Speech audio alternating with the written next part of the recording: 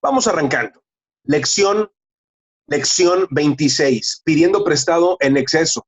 Nos pide dos lecturas. La primera de ellas es Deuteronomio capítulo 28, versículos 9 al 14, y luego Lucas capítulo 16, versículos 10 al 15. Más adelante, conforme vayamos avanzando, nos va a pedir algunos versos de esas lecturas, así que esperemos a que eso suceda, y cuando ocurra, le vamos a pedir a Ladislao, por favor, que nos ayude con las porciones bíblicas. Arrancamos entonces con el desafío. Dice esto el material. En el Antiguo Testamento, Dios hizo muchas promesas a su pueblo escogido. La única ordenanza era que lo siguieran solo a Él. Atención con esto, no era solamente que lo siguieran, sino que lo siguieran solo a Él. Aquí hay un asunto desde el Antiguo hasta el Nuevo Testamento en donde Dios evidentemente no solamente quiere ser seguido, quiere ser exclusivo. Jesús dice, yo soy el camino, la verdad y la vida. Nadie viene al Padre si no es por mí. Y este es un asunto reiterado. Dios se nos presenta, Jesús se nos presenta y no solamente nos dice, yo aquí estoy, yo soy una ayuda, sino que nos dice, yo soy la única ayuda, yo soy el único camino, no soy el mejor camino, no soy un buen camino, soy el único camino. Y entonces, vuelvo aquí a la lectura. Dice, Dios hizo muchas promesas a su pueblo escogido, al pueblo de Israel. La única ordenanza era que lo siguieran solo a Él y guardaran sus mandamientos. Si hacían esto, Él sería proveedor y sustentador, bendeciría el trabajo de sus manos. Sus bendiciones serían la respuesta a su obediencia. De esta forma, sería como un testimonio a todas las naciones de la tierra para que ellas también temieran al Dios de Israel. Aquí el escenario es realmente muy sencillo. Dios se comunica con un hombre llamado Abraham, y de ese hombre y de sus hijos sale todo un pueblo, y ese pueblo conoce los pensamientos de Dios. Dios le revela a Abraham y a sus hijos y a todos los que se desprenden de ahí, a la familia de los hebreos, les revela sus ideas, sus pensamientos, inclusive su corazón. Inclusive eso se traduce en algo que ellos pueden llegar a redactar, que pueden llegar a escribir, que se convierte en el Antiguo Testamento, lo que nosotros llamamos el Antiguo Testamento. Y este pueblo entonces no solamente sabe que existe un Dios o hay una divinidad, sino saben cómo piensa y qué quiere de ellos. Y entonces a través de esa interacción, Dios dice, la gente va a saber quién es Dios porque ustedes saben cómo pienso, saben qué es lo que quiero de ustedes, y yo lo único que quiero es que ustedes obedezcan. Dice el siguiente párrafo, su promesa incluía lo siguiente, y prestarás a muchas naciones, y tú no pedirás prestado. Te pondrá Jehová por cabeza y no por cola. Esto dice Deuteronomio, capítulo 28, versículos 12 y 13. Vean qué cosa tan sencilla. Prestarás y tú no pedirás prestado. Dios les dice, ustedes van a tener la prosperidad suficiente para que otros vengan a pedirles, pero ustedes no tendrán la necesidad de hacerlo. Ahora, consideremos si estos principios se pueden o no aplicar al día de hoy. Recordemos que Deuteronomio se escribe en el contexto del Antiguo Testamento, forma parte de la ley. Y entonces es una pregunta muy interesante. ¿Esto se aplica al día de hoy? ¿El pueblo cristiano hoy vive con esta promesa que Dios le hizo al pueblo de Israel? Vamos a la reacción y vamos a encontrar varias cosas muy interesantes. Vean la primera de ellas. Dice el punto número 1 de la reacción. ¿Por qué se considera una necesidad pedir prestado al hacer negocios en la actualidad? Ojo con que el material va a una palabra que es clave y dice, ¿por qué es que se considera una necesidad pedir prestado al hacer negocios en la actualidad? Y luego viene otra pregunta y dice, ¿cuáles son las diferencias entre una deuda corporativa y una deuda personal? ¿Debemos resignarnos a la deuda como un mal necesario? Esta lección hablaremos acerca del pedir prestado. Y la lección se llama pedir prestado en exceso. Y aquí hay dos cuestiones. ¿Es pedir prestado per se algo malo o equivocado? No. Pedir prestado en exceso sí es un riesgo muy grande. Pedir prestado, algunos pudieran decir que es pecado en sí mismo, Más adelante vamos a ver algunos versículos, por ejemplo, uno de ellos dice que el que toma prestado es esclavo del que presta, y entonces eso haría que en sí mismo pedir prestado ya estaría condenado. Sin embargo, cuando vamos precisamente al Antiguo Testamento, donde encontramos en Deuteronomio esta promesa increíble, tú vas a prestar, tú no vas a pedir prestado, resulta que el pueblo de Israel vivía algo que se llama un jubileo. Cada 50 años había una remisión de deudas. Pregunta, ¿por qué había deudas si no se podría o no se tendría por qué pedir prestado? La realidad es que se pedía prestado, pero los préstamos que había en aquellos entonces causaban una atadura hasta el año del jubileo. Cada 50 años se celebraba el jubileo, y si para ese año una persona tenía 3 años con una deuda, se le perdonaba, o si tenía 3 meses con la deuda, se le perdonaba, o si tenía 30 años con la deuda, se le perdonaba. Lo máximo eran 50 años. Y la situación es muy sencilla. Había un jubileo porque había deudas. Esta es una situación muy clara. Ahora, esas deudas no pretendían ser un lastre. Dios no quería que el pueblo viviera en una esclavitud al grado que ordena que haya una liberación de deudas. Y este es un punto muy importante. Ahora, al día de hoy nosotros vivimos en un escenario en los que muchos piensan que para tener un negocio es necesario pedir prestado. Es forzoso y forma parte de una necesidad que va más allá de lo que la Biblia puede o no puede enseñar.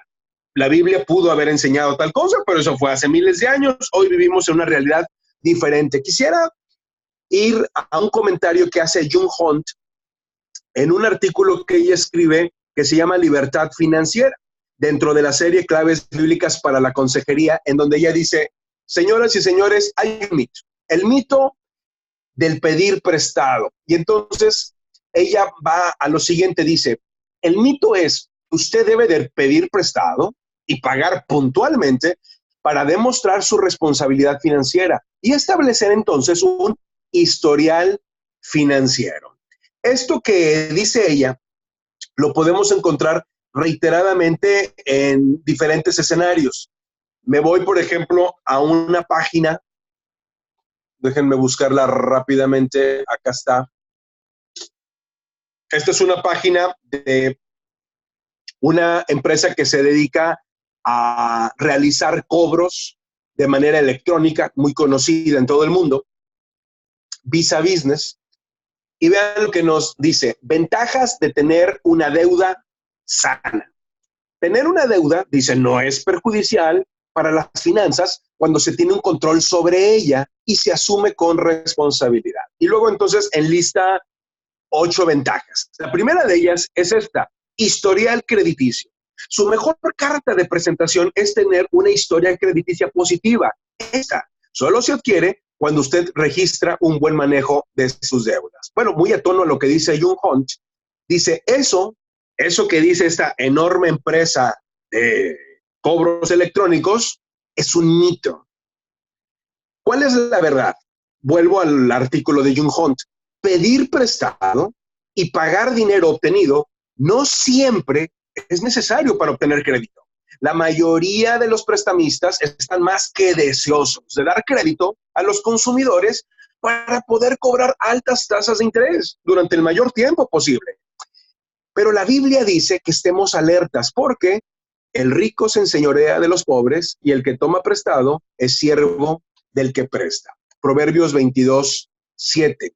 Y aquí vamos a encontrar un balance. Es cierto que había deuda en el contexto del Antiguo Testamento, pero también es cierto que Dios nunca, ni en el Antiguo ni en el Nuevo Testamento aconseja la deuda. De hecho, a través del jubileo lo que está haciendo es eliminar la deuda. Y a través de muchos consejos vamos a encontrar que hay que tener demasiado cuidado con el tema de la deuda. Nos dice aquí el material: ¿cuál es la diferencia entre una deuda corporativa y una deuda personal? Bueno, hay diferencias legales. Cuando yo adquiero una deuda a nombre de Edgar Medina, bueno, pues yo me metería en un problema si no pago esa deuda.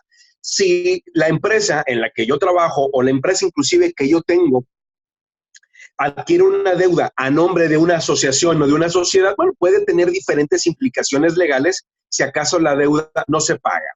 Sin embargo, pues la idea detrás de una deuda pues nunca es quedar mal y no pagar. Desde la perspectiva entonces ética, el que yo tenga una deuda personal o la empresa que yo manejo tenga una deuda no es tan diferente. Repito, no desde la perspectiva legal, pero sí desde la perspectiva ética, no sería tan diferente. Vamos a la Biblia, le vamos a pedir a Ladislao que nos apoye con Proverbios capítulo 22, versículo 27, y luego vamos a leer otro versículo de ese mismo capítulo. Pero vamos a arrancar con Proverbios 22, versículo 27. ¿Qué es lo que dice ese texto, Ladislao? Así es, dice así: si no tuvieres para pagar, ¿por qué han de quitar tu cama debajo de ti? Correcto. Si no tuvieras para pagar, ¿por qué han de quitar tu cama? Dice Proverbios 27. Muchas gracias, Ladislao. Bueno, esta deuda llega a tener una garantía altísima. La persona está garantizando, digamos, en lo que duerme, está garantizando su cama, está garantizando con su propia casa. Eso hace que la deuda, si no se llega a pagar, va a traer un perjuicio a él, a su familia, a su bienestar, y es una situación realmente complicada. Ahí Dios dice y pregunta, ¿por qué tendría que ocurrir eso? ¿Por qué caíste en esa deuda? Nos dice aquí el material, en gran parte del mundo, la esclavitud o la servidumbre no es una práctica común, al menos en los últimos siglos. Ojo, no es común, aunque existe. Lamentablemente, al día de hoy hay lugares del mundo en donde todavía hay esclavitud. Sin embargo, ¿en qué maneras el que pide prestado se convierte en esclavo del prestamista? ¿Y cómo puede librarse de esa esclavitud? Y aquí tenemos un buen punto. Le vamos a pedir a Ladislao que nos apoye con Proverbios 22, pero ahora con el versículo 7 de ese mismo capítulo. Sí, claro que sí. Dice así: el rico se enseñorea de los pobres, y el que toma prestado es siervo del que presta. Correcto. Diríamos esto, aunque la esclavitud hoy no está generalizada como lo estaba en el pasado, pues hay una esclavitud moderna o varias esclavitudes modernas, y una de ellas contundentemente es el tema de las finanzas. Hay muchas personas hoy en nuestros medios, en nuestras comunidades, aún en nuestras iglesias, que son esclavos de aquellos que fueron o que son sus acreedores. Ahora, dice Jung Hunt en este artículo al que me he referido, Libertad Financiera, tomado de claves bíblicas para la consejería, algo muy interesante. Dice, antes de que quede usted esclavo de las deudas, sería muy conveniente que analizara los hábitos negativos que eventualmente usted pudiera tener hablando de las finanzas. ¿Cuáles serían esos hábitos? El primero de ellos tiene que ver con el tema del uso de las tarjetas de crédito. Hoy es algo muy generalizado. Y entonces, uno de los argumentos más importantes es, bueno, usted tenga una tarjeta porque esto le va a dar un historial crediticio. Y este argumento parece muy contundente. Bueno, quiero que sepan una cosa, les está hablando una persona que nunca ha tenido una tarjeta de crédito. Tengo más de 40 años viviendo sobre este planeta y no me ha pasado nada y espero nunca tenerla. No quiero decir que nunca he usado. Nosotros tenemos en casa una sola tarjeta, esa está a nombre de mi esposa. Yo no tengo tarjeta a mi nombre y nunca lo he tenido. Pero el que tengamos una sola tarjeta es absolutamente estratégico. Nunca, jamás hemos pagado un solo centavo de intereses, jamás en la vida. Pero esa tarjeta nos ha dado muchos beneficios. Ahora, cuando las personas utilizan la tarjeta como un medio de pago y adquieren el crédito que se les ofrece, luego reciben un estado de cuenta que tiene una propuesta de pago en donde dice el mínimo saldo a pagar. Y esto parece que de pronto es muy conveniente porque utilizaron el dinero, un dinero que no tenían, echaron mano de él, adquirieron algo, al menos que creían que necesitaban o que querían por lo menos, y de pronto aparece que el saldo a pagar es un monto muy pequeño. Aquí hay un engaño terrible. Y la primera de las preguntas que nos hace esta Jung Hunt, cuestionándonos si acaso tenemos hábitos negativos, es esta. ¿Solo paga el mínimo de su saldo de la tarjeta de crédito? Bueno, este es un tema importantísimo que para muchos es una cosa muy clara y muy obvia, pero para miles y miles y miles y miles, millones quizá de personas alrededor del mundo, no es tan claro. Quizá aquí hay personas que nos están escuchando de diferentes países.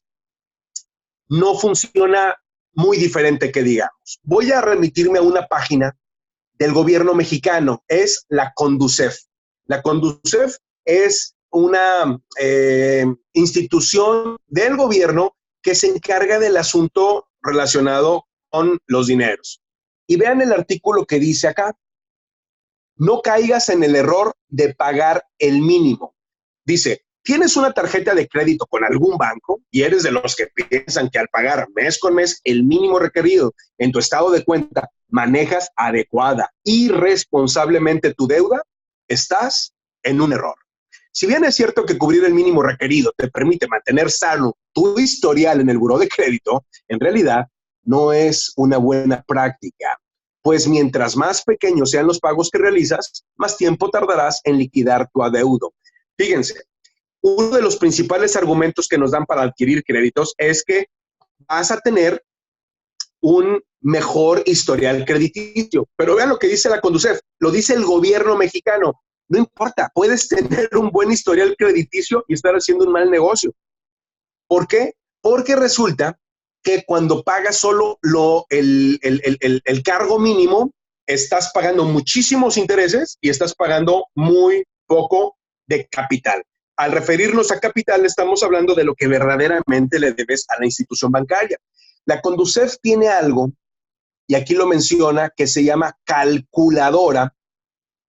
Quiero leerlo directamente. Dice, la Comisión Nacional para la Protección y Defensa de los Usuarios de Servicios Financieros, es decir, CONDUCEF, recomienda a los usuarios de tarjetas de crédito utilizar la calculadora de pagos mínimos en el sitio www.gov.mx/CONDUCEF. Es una página directamente del gobierno mexicano en donde nos permite entrar y déjenme ponerles la pantalla directamente. Se los voy a poner aquí. Ahí voy. Acá está. Ustedes van a ver directamente ahora la pantalla. El artículo que les leía es tomado de gov.mx, la página del gobierno mexicano sobre CONDUCEF, y aquí viene la calculadora de pagos mínimos. Y entonces, aquí hice un pequeño ejercicio. Por ejemplo, un préstamo de 5,000 pesos con una tasa de interés del 25%, con una comisión anual de 550 pesos, reportaría un pago mínimo de un 1.25% de la línea de crédito, teniendo en este ejemplo un límite de crédito de solo 12,000 pesos. Ahora, si solo pagas el mínimo, ya metidos esos datos, le damos enter, nos dice, te tardarías en pagar 17 años, 11 meses y darías 215 pagos mensuales. Básicamente, estás pague y pague intereses. Y esos 5,000 pesos se van a convertir en 33,538.90 pesos. Cuidado con solo pagar el mínimo. Si solo pagas el mínimo, vas a tener un buen historial crediticio, pero estás perdiendo dinero a lo bruto. Segunda pregunta, volviendo acá a lo que nos plantea esta Jung Hunt. Dice, ¿pides adelantos para pagar otros gastos, para pagar otras deudas? Es decir, ¿te estás endeudando para pagar cosas que ya debes? Cuidado, estos son malos hábitos, son hábitos negativos, son señales de que hay algún problema con las finanzas. Siguiente pregunta, ¿no llevas al día los saldos de tu cuenta de banco, de tu chequera? Cuando una persona pierde el control de sus finanzas, de verdad que no tiene ni idea de cuánto gasta. A veces me ha tocado preguntar a una persona, ¿cuánto gastas de gasolina? Y se quedan sorprendidos y dicen, pues mucho porque está muy cara, salvo en Venezuela, que es casi regalada en cualquier parte. La gasolina es muy cara. Y entonces una persona cuando llega a perder el control de sus finanzas, pues solo atina a decir que paga mucho porque está cara, pero realmente no tiene ni idea de cuánto paga ni en la gasolina ni en otras cosas. ¿Utiliza sus ahorros para pagar su tarjeta de crédito? Otra pregunta, ¿hace sus pagos después de su vencimiento? Si pagar solo el mínimo es terrible, ya pagar después del vencimiento vives para el banco. Otra, ¿evitas abrir tu correspondencia? Hoy quizá la correspondencia es electrónica, pero ya tienes miedo porque te están cobrando. ¿Esperas hasta el último momento para pagar tus deudas? ¿Tienes problemas familiares debido al dinero? Bueno, son preguntas que nos deben de hacer pensar si no estamos ante una situación de estrechez económica, de esclavitud financiera. Reacción número 3. Dice, para muchos negocios, el operar sus finanzas diariamente sobre la base de préstamos es algo común. Esto es importante porque puede ser tan común que nos haga sentir que es algo bueno. Todo el mundo lo hace y todo el mundo sale de eso. No debe de haber ningún problema. El que sea común no quiere decir que sea bueno. El dicho, robando a Pedro para pagarle a Juan, es una práctica de contabilidad normal en muchas compañías. ¿Por qué no es una práctica buena? ¿Qué puede hacerse para liberar un negocio de esta trampa? Y entonces nos invita a que vayamos a la Biblia. Y vamos a encontrar reiteradamente, hablando de finanzas, el libro de Proverbios. Una vez más vamos a él para encontrar en el capítulo 27, versículo 12, otro principio que hoy nos debe de hacer mucho sentido. Le vamos a pedir a Ladislao que nos apoye con Proverbios 27, 12, por favor. Así es. Dice, el avisado ve el mal y se esconde, mas los simples pasan y llevan el daño. Así es, Ladislao, muchas gracias. El avisado, el inteligente, el astuto, ve el mal y se aparta. Muchos ven el mal y como lo ven en muchos, dicen, pues no debe de ser tan malo, ¿no? A muchos les ha pasado. Y hay un dicho popular que dice, mal de mucho o de muchos, consuelo de tontos. No, el avisado ve el mal y él no le entra. Él dice, aunque muchos lo hagan, yo no lo hago. No es conveniente, por algo nos está diciendo la palabra que no caigamos en eso. Número 4, las deudas no solo esclavizan nuestros negocios, también afectan nuestra habilidad para prestar o dar generosamente a otros y a nosotros mismos. El Salmo 37, versículo 21, contrasta los hábitos del sabio y le vamos a pedir a Ladislao que nos lleve a esta porción, a este contraste entre los hábitos del sabio y del falto de sabiduría para gastar. Y luego 2 preguntas a tono a ello. ¿Por qué se hace esta comparación? Es la primera. Y la segunda, ¿puede pensar en alguna comparación similar? ¿Qué es lo que nos dice el Salmo 37, 21? Dice así, el impío toma prestado y no paga, mas el justo tiene misericordia y da. Correcto. Es un versículo muy sencillo, pero vean, el impío, otra versión dice el malvado, otra versión dice el perverso, pide prestado y nunca paga sus deudas. Sin embargo, el justo, fíjese, no dice el justo pide prestado y sí paga. No, dice el justo tiene misericordia y da. Dice la Nueva Traducción Viviente, el justo da con generosidad, y la traducción en lenguaje actual dice, pero los justos prestan y dan con generosidad. Bueno, es un contraste terrible. Y esto nos va a llevar a algo que he compartido por mucho tiempo. ¿Qué hay detrás de los bancos? Esto es una pequeña porción de película que entiendo se llama El Concursante. Honestamente yo no la he visto, nada más he visto esta escena. Se las voy a compartir, dura poco más de 6 minutos.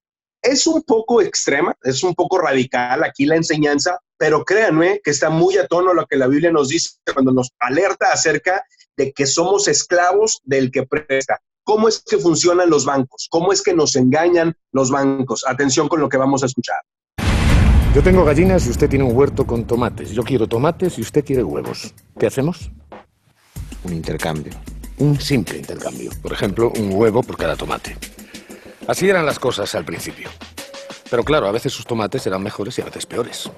O tal vez yo quiera comprar un caballo y no tenga muy claro cuántos huevos necesito. Pero si usamos como referencia, por ejemplo, es un simple ejemplo, un poco de oro. El oro es bonito, brilla y no hay demasiado. Es valioso. Así que podemos hacer una tabla de conversión. Si una docena de huevos vale lo mismo que una pepita de oro y un caballo cuesta 100 pepitas, es fácil saber que un caballo vale lo mismo que... Que 100 docenas de huevos. Sencillo, ¿verdad? El oro se convierte así en moneda de cambio. Para simplificar.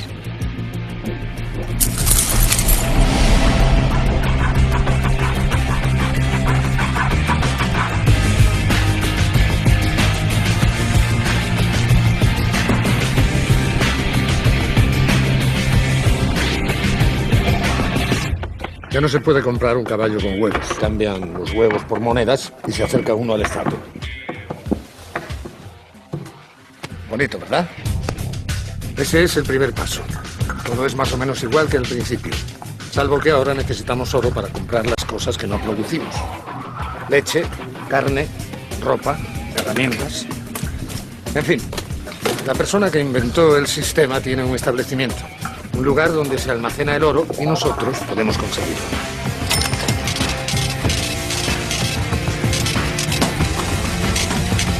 El hombre es un altruista, claro. No quiere vendernos el oro, le basta con prestárnoslo.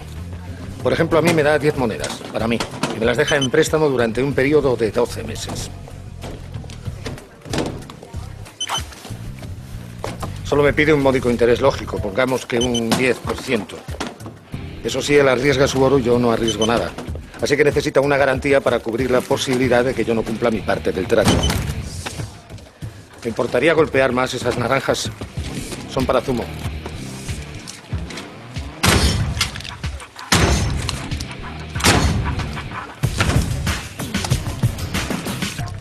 En su caso, si también quiere oro, hipotecará su huerto. Así que el hombre le presta 10 monedas. ¿A cambio de sus zanahorias? No. Usted sigue con sus tomates y sus zanahorias. No se tiene que deshacer de nada y puede seguir comerciando. Solo tiene que devolver al banco 11 monedas al cabo de un año. Las 10 que le prestaron, más el interés. ¿Cómo lo hará? Bueno, tengo un huerto, puedo vender mis productos. Y tiene usted todo un año. Solo si no cumple, el banco se quedará con el huerto. ¿De acuerdo? No hay problema. ¿Hay problema? No hay problema. ¿Cuál es el problema?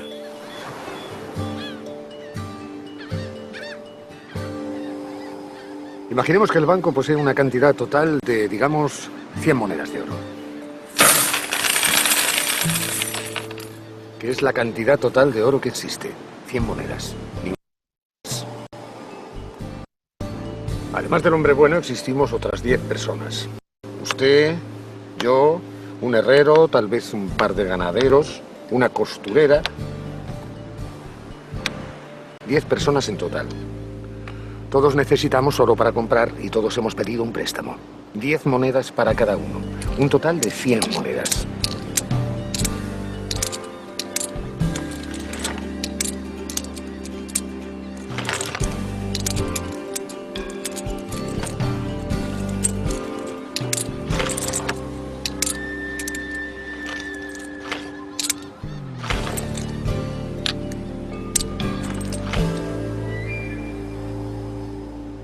¿Se pierde?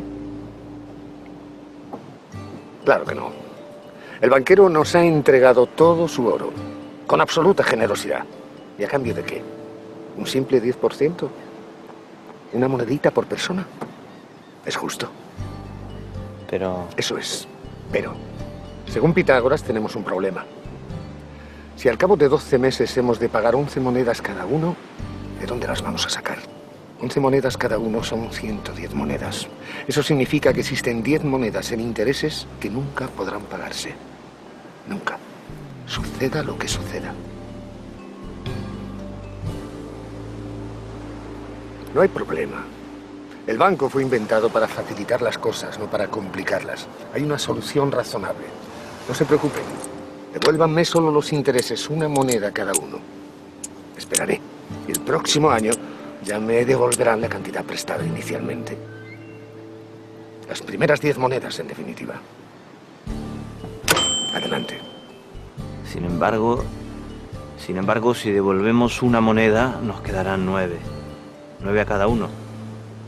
Así que si aún debemos 10 monedas, al cabo de un año seguiremos con el mismo problema y además tendremos menos dinero.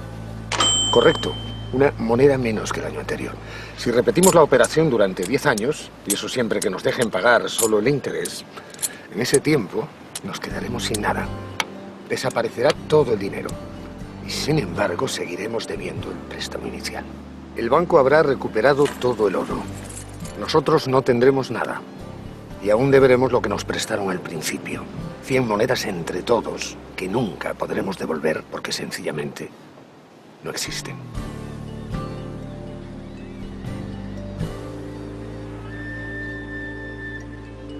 Así que perderemos las tierras, los animales y los alimentos que hipotecamos como garantía al principio, hace 10 años.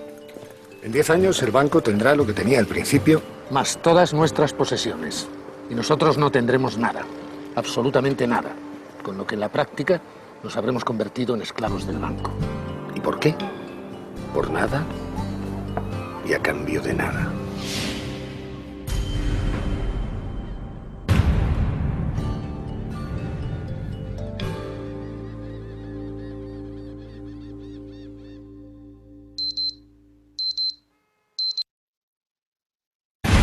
Yo tengo gallinas y usted tiene un huerto con tomates. Yo quiero tomates.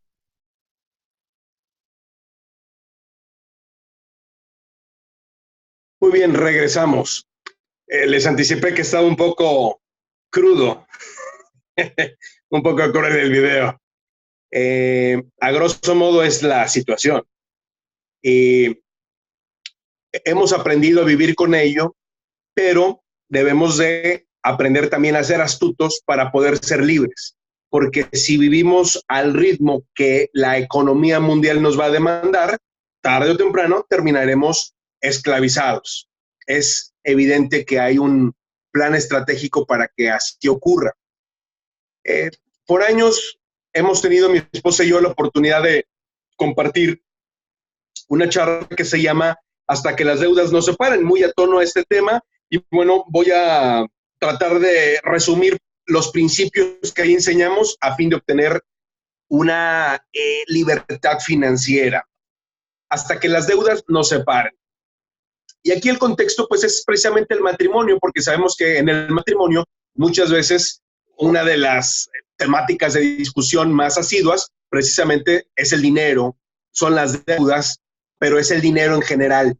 Este billete que está acá, y me gusta y me encanta contar la historia, tiene una anécdota que hemos abrazado acá en la familia con el alma. Resulta que mi hijo estuvo en Brasil hace varios años en un torneo de robótica, en la cual practica él desde hace mucho tiempo. Él estaba todavía en la primaria cuando participó allá en una ciudad que se llama João Pessoa. Y había miles de niños de muy diversas naciones participando en ese torneo, cuando de pronto él en alguna parte se encontró este billete que estaba ahí. Y entonces le tomo una fotografía, me la manda por WhatsApp y yo la recibo y la veo como ustedes la están viendo ahora. Él estaba muy emocionado porque se había encontrado este billete que en la parte de atrás, y aquí la presento, dice 2,000 reals o 2,000 reales. Resulta que la moneda del Brasil es el real, y no sé ahora, pero en aquel entonces el real costaba 6 pesos.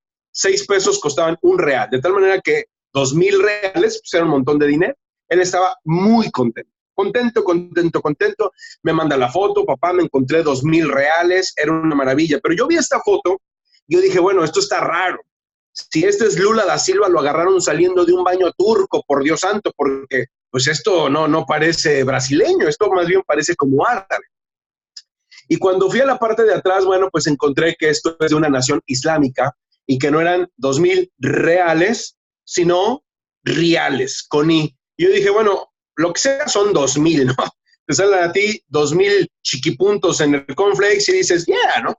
Entonces, bueno, me metí al internet para descubrir cuánto eran 2,000 reales a dinero mexicano y me llevé la sorpresa de la vida. Me quedé anonadado, me quedé estupefacto, me quedé atónito cuando descubrí que 2,000 reales representaban 57 centavos de peso, ni siquiera de dólar, de peso mexicano. Estamos hablando que costaría 0.0005 centavos de dólar. No era nada. Y entonces él estaba ya bien prendido, quería invitar a todos sus amigos a cenar y le dije por WhatsApp, hijo, no invites a nadie. Estás para que te inviten. El billete no vale nada. Él estaba súper decepcionado, ya quería tirar el billete. Le dije, no lo tires, el papel billete es carísimo. Y la verdad es de que lo han vivido en Venezuela. De pronto ya vale más el papel moneda que la moneda en sí mismo. Y bueno, y esta es la realidad que hay detrás del dinero. Nos dio la oportunidad, una vez que él regresó, mi esposa lo acompañó, y una vez que estábamos ya acá en México juntos, recordar algo que Dios reiteradamente nos dice: cuidado, el dinero no vale lo que aparenta. Hay billetes como este que pueden pensarse que valen mucho, pero no valen nada. La verdad es que el dinero parece que vale demasiado, pero no vale lo que parece que vale. Este mundo ya comerciaba cosas antes de que existiera el dinero, y la verdad es de que el dinero es muy engañoso. Vean lo que dice 1 Tesalonicenses 4, versículo 11 y 12. Y que procuréis tener tranquilidad y ocuparos en vuestros negocios y trabajad con vuestras manos de la manera que os hemos mandado, a fin de que os conduzcáis honradamente para con los de afuera y no tengáis necesidad de nada. La primera parte, Pablo le está diciendo a la iglesia de Tesalónica: y procuréis tener tranquilidad a la hora de estar en vuestros negocios. A veces estamos tan afanados buscando el dinero que lo que menos tenemos es tranquilidad. La idea de Dios detrás de nuestros negocios no es que estemos persiguiendo el dinero, sino que estemos persiguiendo su gloria, que estemos trabajando para Él. Vean lo que dice Proverbios 13, 23. En el barbecho, en el terreno, en la tierra de los pobres, hay mucho pan, pero se pierde por falta de juicio, más se pierde por falta de juicio. No es que unos tengan más que otros, unos pueden decir, oye, es que estamos en una tremenda necesidad. En Venezuela estábamos el año pasado, que tuve la oportunidad de estar por allá varios días, la gente decía, bueno, en tiempo de crisis como este que hemos vivido, algunos lloran y otros venden pañuelos, y esa es la realidad. Aún en situaciones tan adversas como las que se viven en aquella nación, siempre hay oportunidades. En el barbecho hay mucho pan, pero ¿tenemos el juicio suficiente para detectarlo? Vamos a ver 3 principios rápidamente que nos van a ayudar a entender el tema. El primero de ellos es: si queremos ser libres de deudas, queremos vivir en libertad financiera, si no queremos ser esclavos de las deudas, debemos ubicarnos en nuestra realidad. Dice Proverbios 13:7. Hay quienes pretenden ser ricos y no tienen nada. Hay quienes pretenden ser pobres y tienen muchas riquezas. Normalmente vamos a encontrar que hay personas que no tienen tanto, pero a través de las deudas tratan de demostrar que sí. Hay personas que están en el extremo opuesto, personas que tratan de demostrar que tienen menos, pero yo creo que la generalidad, la condición en la que vivimos nos lleva a hacer alarde muchas veces de las cosas que no tenemos. Lo primero que tenemos que hacer es ubíquese en su realidad. Número 2, reconozcan la diferencia entre lo que quiere y lo que necesita. Una cosa es lo que quieres y otra cosa es lo que necesitas. Muchas veces estamos en deudas porque terminamos haciendo pagos de cosas que no necesitamos. Vean lo que dice Deuteronomio 2:6. Compraréis de ellos por dinero los alimentos y comeréis.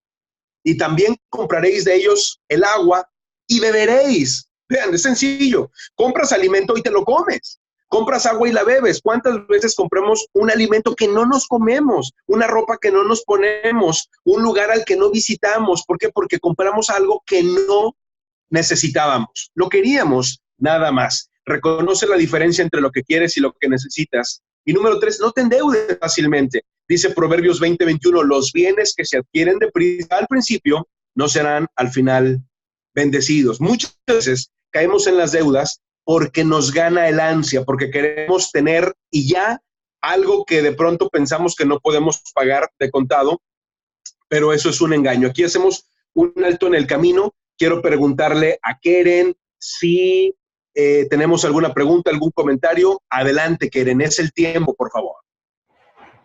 Sí, tenemos un primer comentario hace ya rato que nos publica Jaime Cárdenas y dice, trabajé mucho tiempo en banco y para no caer en una deuda es que tus deudas no deben ser mayor al 25% de tu ingreso. Correcto, gran comentario. Fíjense, el primer versículo que nos leía Ladislao decía, ¿por qué van a quitar la cama de debajo de ti por lo que debes? Bueno, hay gente que se endeuda tanto que hipoteca su casa, literalmente la cama en donde está durmiendo. Cuidado con ello. Adelante, Keren. Sí, lo siguiente es si nos puedes pasar los links de la calculadora y los otros que habías mencionado en el transcurso de la sesión.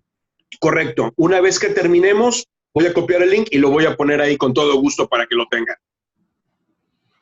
Y tenemos también un comentario, dice, en Venezuela sucedió que una copia costaba 1,000 bolívares y el billete de máxima denominación era de 100 bolívares. Era más costoso pagar una copia del billete de máxima denominación que su propio valor. Esa es la realidad. Allá hay muchas personas haciendo dinero a cuestas de la crisis, pero igual no tienen la calidad de vida mínima para el goce de su dinero.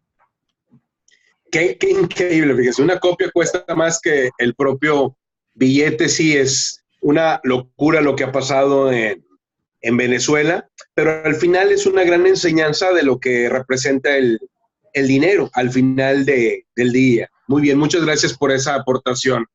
¿Alguna otra cosa más, Keren? Sí, tenemos otro comentario. Dice, la administración es la clave, ya que entre más ganas, más quieres. Es cierto. Bueno, sí. Sí, adelante, Keren. Nos preguntaban por manuales y les pasé el link de la tienda en línea por si quieren checarlo. Ahí ya está en el chat los enlaces para adquirir. Correcto. Hablando acerca de manuales, hay dos formatos. Está el formato impreso, ahí lo pueden comprar en la página en línea. Si están en México, es bastante sencillo que lo reciban. Si están fuera de México, recomendamos más el PDF porque les va a salir muy caro el envío. Entonces, el PDF puede funcionar a gente de México, a gente del extranjero. Y si estás en México, bueno, y quieres el formato impreso, con todo gusto te lo mandamos. Y entonces, muy bien. Y así es el comentario de la administración. Vean el primer punto acá, dice, ubícate en tu realidad. Hay quienes pretenden ser ricos y no tienen nada, hay quienes pretenden ser pobres y tienen muchas riquezas. Bueno, ubícate. Hay personas que a Dios les prosperó muchísimo. Hay personas que no tienen tanto y a los dos los hizo el Señor. La cuestión es que cada uno va a dar cuentas de lo que recibió. El que mucho, mucho y el que poco, poco. Y esto es importante. No se trata de que si somos obedientes a los principios de Dios vamos a ser multimillonarios. Hay gente muy obediente que no es multimillonaria y tampoco se trata de que entre más pobres somos más espirituales.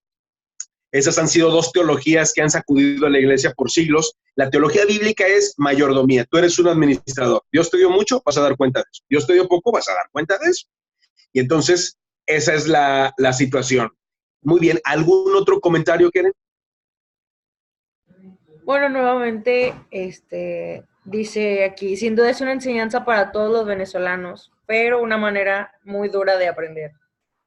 Sí, y yo creo que vale la pena también que nosotros, que estamos viviendo una situación en la economía diferente, aprendamos de Venezuela hoy y lo capitalicemos. Esto es importante. Muy bien.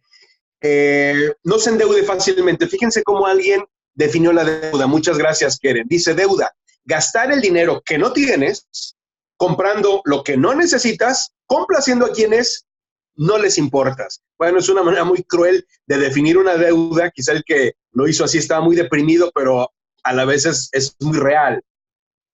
Aquí debemos más bien de aprender a vivir bajo el esquema de un presupuesto. Somos mayordomos. Y al ser mayordomos, somos administradores. Y entonces, en familia debemos de aprender a hacer presupuestos. Dice Eclesiastés 4:9, mejores son dos que uno porque tienen mejor paga de su trabajo.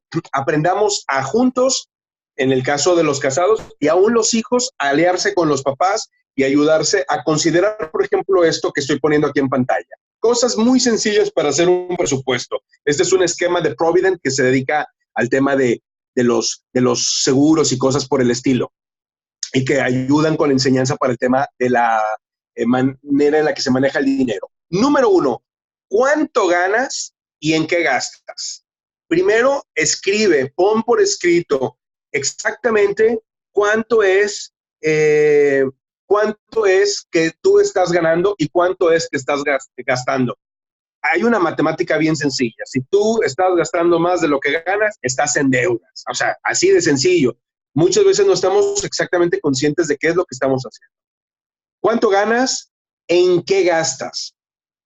Ahora, ¿en qué gastas? No solamente es la suma de mis gastos, sino también en qué estoy gastando y poder estar consciente de ello. Número 2, organiza tus compras. Organízalas entre gastos obligatorios, gastos inesperados y organiza el concepto del ahorro. Si tú esperas ahorrar cuando te sobre dinero, lo más seguro es que nunca vas a ahorrar. Debes de aprender a ahorrar como si fuera un gasto. Comprometerte a ahorrar y decir, bueno, yo voy a hacer un ahorro de $10, de $100, de $1,000, según lo que corresponda, y es un dinero que yo saco como si fuera un gasto, un compromiso, y no lo tengo. Y número 3, mantén un presupuesto. Esto te va a ayudar a evitar contratiempos. Entramos con el tema del ahorro y ahorita lo vamos a aterrizar con objetivos bíblicos para tener un ahorro. Punto número 5, hagan cambios en su estilo de vida. Vean lo que dice Filipenses 4:12. Sé vivir humildemente y sé tener abundancia en todo y por todo estoy enseñado. Así para estar saciado como para tener hambre. Así para tener abundancia como para padecer perdónenme, como para padecer necesidad. Bueno, si Pablo estaba convencido de que el tema era ser próspero, aquí estaba muy equivocado. Si Pablo creía que el asunto era ser pobre para ser espiritual, estaba muy equivocado. En Filipenses, Pablo nos está diciendo, el tema es mayordomía. A veces tengo mucho y a veces tengo poco. El asunto es que he aprendido a contentarme cualquiera que sea mi situación. Y entonces esto nos va a llevar a tener un estilo de vida en donde evitamos compras por impulso. Muchas de las deudas que eventualmente podemos llegar a tener es porque queremos comprar algo ahora y entonces, como no tengo el dinero ahora, ¡pum!, saco la tarjeta. Número 2, porque no hemos aprendido a veces a resistir ventas bajo presión. Algo que mi esposa y yo tenemos acordado es, si de pronto nos dicen, usted aproveche el día de hoy, si no aprovecha el día de hoy, se le escapa, se le va para siempre la grandiosa oportunidad de comprar X o Y. Si no me estás dando a mí tiempo para pensar la compra que voy a hacer, lo más seguro es porque si lo pienso, me voy a dar cuenta que es trampa, que no es cierto, que no es conveniente lo que me estás ofreciendo. Entonces, aprendemos a resistir ventas bajo presión. Queremos hacer una compra, debe de haber mutuo acuerdo, oramos juntos, platicamos juntos. Si nos limitas en tiempo y perdemos la oportunidad de nuestra vida por haber orado y para ponernos de acuerdo, preferimos perder la oportunidad, así de plano. La mayor parte de las veces vamos a ahorrar dinero por no caer bajo la presión.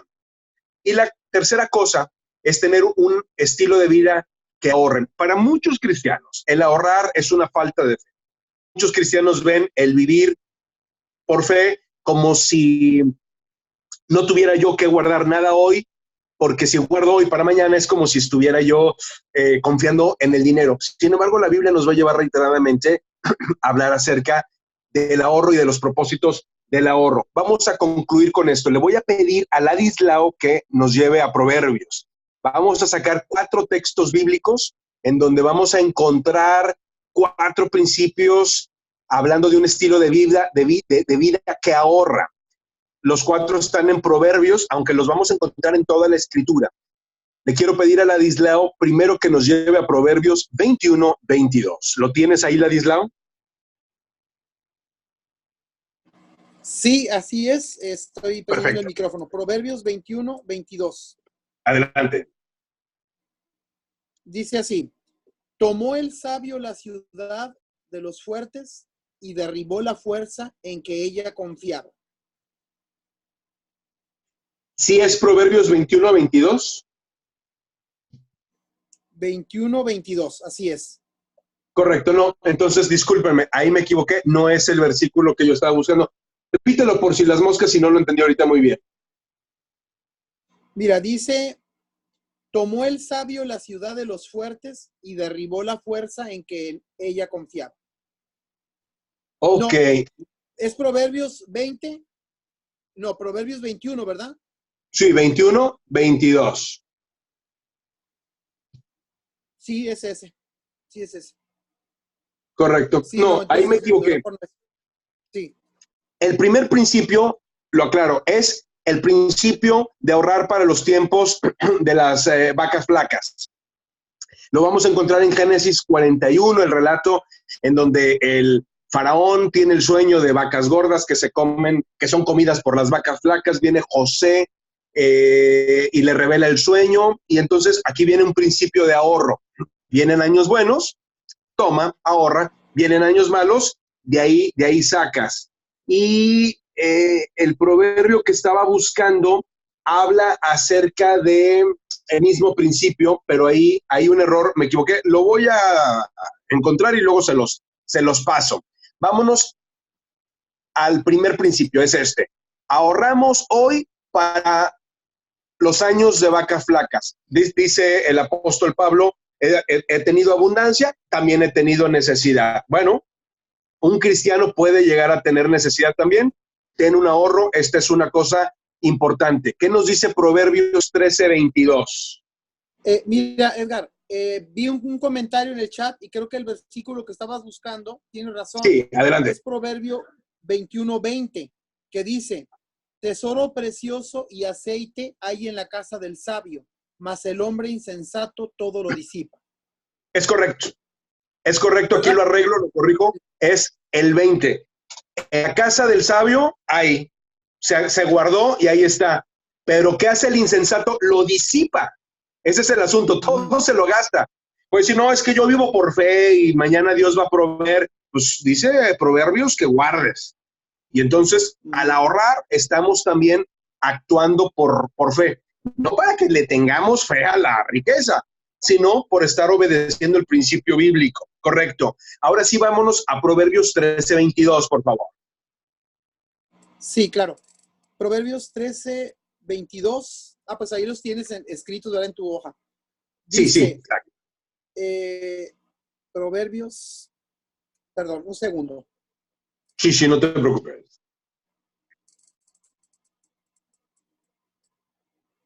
Sí, dice, el bueno dejará herederos a los hijos de sus hijos, pero la riqueza del pecador está guardada para el justo. Muchas gracias. El hombre bueno deja herederos a los hijos de sus hijos. Estamos hablando de que el hombre no solamente no disipa, sino que deja bendición hasta la segunda, la tercera generación. Vean qué maravilla. Brincamos a Proverbios 19:17 para encontrar un tercer principio bíblico para ahorrar. Ahorramos para los tiempos de vacas flacas, ahorramos para las siguientes generaciones, pero también para qué ahorramos. A Dios presta el que da al pobre, y el bien que ha hecho se lo volverá a pagar. Es decir, no se ahorra de una manera mezquina para el acumular riquezas nada más. No, se ahorra con un propósito. Y entonces vamos a considerar dentro de los propósitos ayudar a otros. Se ahorra para dar en el momento correcto, para dar en el momento adecuado. Finalmente, cuarto propósito detrás del ahorro, Proverbios 10:5. El que recoge en el verano es hombre entendido. El que duerme en el tiempo de la siega es hijo que avergüenza.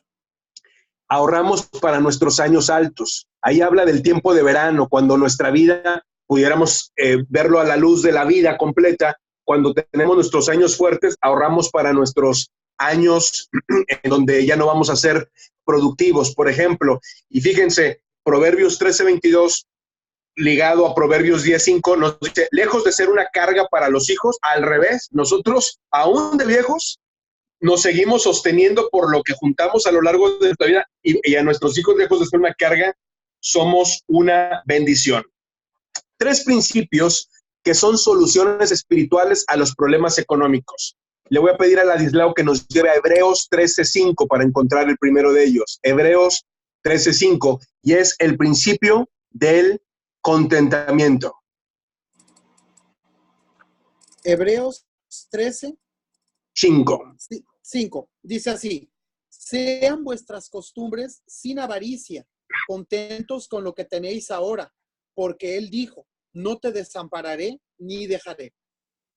Con Dios nos basta. Así de fácil. Sean sin avaricia, contentos con lo que tenéis.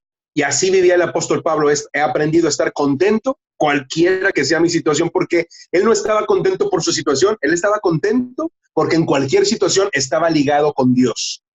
El segundo principio es el del dominio propio. Gálatas 5, 22 y 23 nos lleva, y le voy a pedir al video que busque, pero Primera de Crónicas 29, 14, por favor. Gálatas 5, 22 y 23 nos habla acerca del fruto del Espíritu, que sabemos que es gozo, paz, paciencia, benignidad, bondad, fe, mansedumbre y templanza. Templanza es dominio propio. Templanza representa que aunque yo quiera comprar eso que creo que es una maravilla, el Espíritu me da fuerza para aguantarme y ahorrar y comprármelo, ¿sí? Es decir, no sucumbo ante mis propios deseos. Y el tercer principio es mayordomía. ¿Qué dice Primera de Crónicas 29, 14? Dice, porque ¿quién soy yo y quién es mi pueblo para que pudiésemos ofrecer voluntariamente cosas semejantes? Pues todo es tuyo y de lo recibido de tu mano te damos. Todo es tuyo y de lo recibido de tu mano te damos. Soy un mayordomo. Y entonces son tres verdaderas soluciones espirituales a problemas económicos. El principio del contentamiento, el principio del dominio propio y el principio de la mayordomía. Yo les agradezco muchísimo a todos los que participaron. Quiero cerrar preguntándole a Keren si hay algún otro comentario. Ahorita les voy poniendo las ligas que me pidieron, los enlaces, los links, decimos ligas acá en México. Sí, tenemos algunos por aquí. Olga Edna nos pregunta, ¿es incorrecto que un cristiano trabaje en una financiera que presta dinero a un interés de 35 a 89%? ¿Qué es lo que se aconseja? Wow, desde un 35 hasta un 89 es un interés muy alto, esa es la realidad. Yo no creo que trabajar en una financiera per se sea un pecado, ¿sí? Sin embargo, sí creo que muchas financieras abusan. Y un cristiano no debería de trabajar en una empresa que abusa, sea o no sea financiera. Es decir, si es una empresa que se dedica a lo que sea, es un hospital y se da cuenta que abusa, debe de alarmar eso, no es correcto. Entonces, aquí animaríamos a la persona que trabaja ahí, pues a que vaya delante de Dios y que le cuestione, Señor, me tienes aquí como un misionero para exhortar a la gente o me voy, ¿qué hago? No hay una respuesta sencilla. No podemos simplemente decir, no, usted debe de salirse porque quizá Dios lo mandó con un propósito. Más bien debe de preguntarle a Dios cuál es ese propósito y ser muy valiente para cumplirlo. Entonces, no es una situación sencilla. Muy bien. ¿Algún otro comentario, Keren? Sí, tenemos otro donde nos preguntaban que si no estaban todos estos puntos en el bosquejo. Bueno, del manual no los tenemos, pero... Es correcto. En el manual tenemos todo lo que son hasta la reacción, y el último punto, que es la reacción número 4, lo amplié con esto que acabamos de ver acá. Y entonces lo que puedo hacer es agregar el bosquejo de esto, que es una charla que doy sobre el tema, en el material que se les va a enviar la próxima semana con todo gusto. Se lo agregamos y así lo hacemos para que lo tengan ahí. Y eso sería todo. Perfecto. Pues muchísimas gracias, Keren. Gracias por tu participación. Y bueno, muchas gracias, Ladislao, también por todo el apoyo, por el soporte, por la lectura bíblica. Gracias a todos los demás que han participado. Ahorita, antes de que nos vayamos, les voy a poner las ligas, ya las tengo aquí listas, los links, los enlaces para las páginas que se mencionaron. Y bueno, pues les agradezco. Estén atentos al correo que van a recibir el próximo martes, que va a incluir el bosquejo que aquí vimos de hasta que las deudas nos separen. Y pues esperamos coincidir una vez más en esto que es haciendo negocios de acuerdo a la palabra de Dios. Muchísimas gracias. En un momento más yo pego acá los enlaces. Que pasen muy buenas noches.